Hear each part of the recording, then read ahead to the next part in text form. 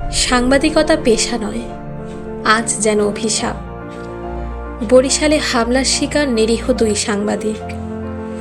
বরিশালের bells park green city পার্কে ঘটে গেল এক হৃদয় বিদারক ঘটনা।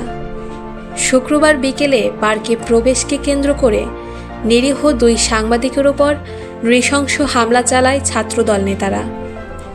সময় টিভির ক্যামেরা পার্সন সুমন হাসান এবং চ্যানেল 24 এর ক্যামেরা পার্সন শাকিল হাওলাদার পাপ্পু মারাত্মকভাবে আহত হন। এর মধ্যে শাকিল হাওলাদারের মাথায় গুরুতর আঘাত লেগে তাকে শেরেবাংলা মেডিকেল কলেজ হাসপাতালে ভর্তি করা হয়েছে। সুমন হাসান জানান, মেয়েকে নিয়ে পার্কে প্রবেশ করার সময় হঠাৎই 10 নম্বর ওয়ার্ড ছাত্রদল সভাপতি বেল্লাল গাজী ও তার সহযোগীরা তাদের ঘিরে ধরে। এমনকি পরিচয় দেয়া সত্ত্বেও ক্ষিপ্ত হয়ে ওঠে তারা। শুরু হয় অকথ্য মারধর।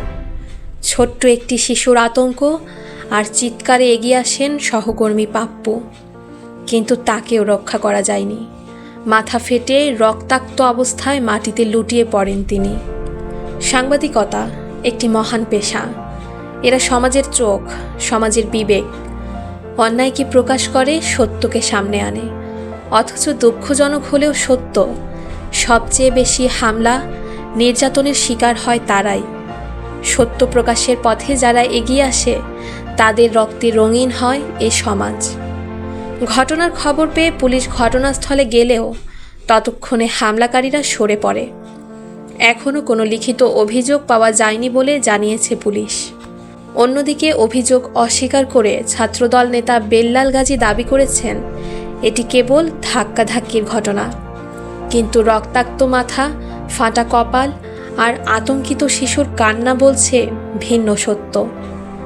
সাংবাদিকদের উপর এই হামলা শুধু 2জন মানুষের ওপর নয়, পুরো সমাজের ওপর আঘাত। এটা কেবল একটি ঘটনা নয়, বরং একটি মর্মান্তিক বাস্তবতা, যেখানে সত্যকে রক্ষার প্রহরীরা প্রতিনিয়ত হয় সহিংসতার শিকার।